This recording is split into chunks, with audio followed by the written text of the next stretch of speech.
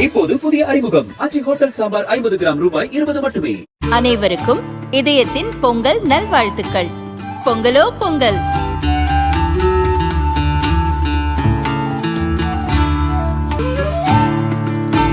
அனைவருக்கும் இதயம் மந்த்ராவின் பொங்கல் தின நல்வாழ்த்துக்கள்.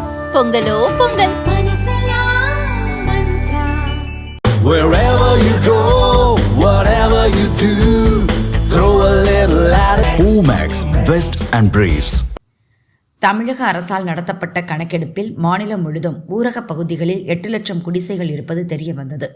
அதில் வசிப்போருக்கு கான்கிரீட் வீடு கட்டிக் கொடுப்பதற்காக 2024-25 ஆண்டு முதல் கனவு இல்லம் திட்டத்தை தமிழக அரசு செயல்படுத்தி வருகிறது.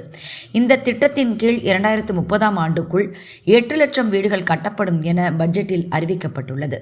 அதன்படி 2024-25 ஆண்டு 1 லட்சம் புதிய வீடுகள் கட்டுமானத்துக்கு எடுத்துக்கொள்ளப்பட்டு முடிக்கப்பட்டுள்ளன. இதேபோல நடப்பாண்டு 1 லட்சம் வீடுகள் கட்டும் பணிகள் நடந்து வருகின்றன. பல இடங்களில் வீடு கட்டும் பணி முடியாமல் உள்ளது.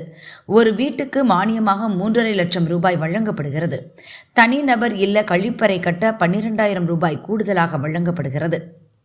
மானியம் 4 தவணைகளாக பயனாளிகள் வங்கி கணக்கில் விடுவிக்கப்படுகிறது.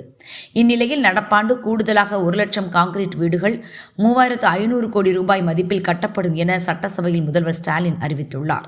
இது பொதுமக்கள் ஊரக வளர்ச்சித்துறை அதிகாரிகள் மத்தியில் குழப்பத்தை ஏற்படுத்தியுள்ளது. இதுகுறித்து ஊரக வளர்ச்சித்துறை அலுவலர்கள் கூறியதாவது: ஏற்கனவே பட்ஜெட்டில் அறிவித்தபடி ஆண்டுக்கு 1 லட்சம் வீடுகள் கட்ட திட்டமிடப்பட்டுள்ளது. அதன்படி புதிய பட்ஜெட்டில் 1 லட்சம் வீடுகள் கட்டுவதற்கான அறிவிப்பு வெளியாக வேண்டும். ஆனால் பட்ஜெட்டுக்கு முன்பாக புதிதாக 1 லட்சம் வீடுகள் கட்டுவதற்கான அறிவிப்பை முதல்வர் வெளியிட்டுள்ளார்.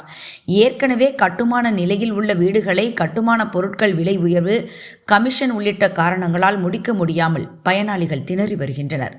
இந்நிலையில் நிதியாண்டு முடியும் நிலையில் 1 லட்சம் வீடுகள் கூடுதலாக கட்டப்படும் என முதல்வர் அறிவித்துள்ளார். இதற்கு எப்போது நிதி ஒதுக்கப்படும் என்பது தெரியவில்லை என்று அவர்கள் கூறினர்.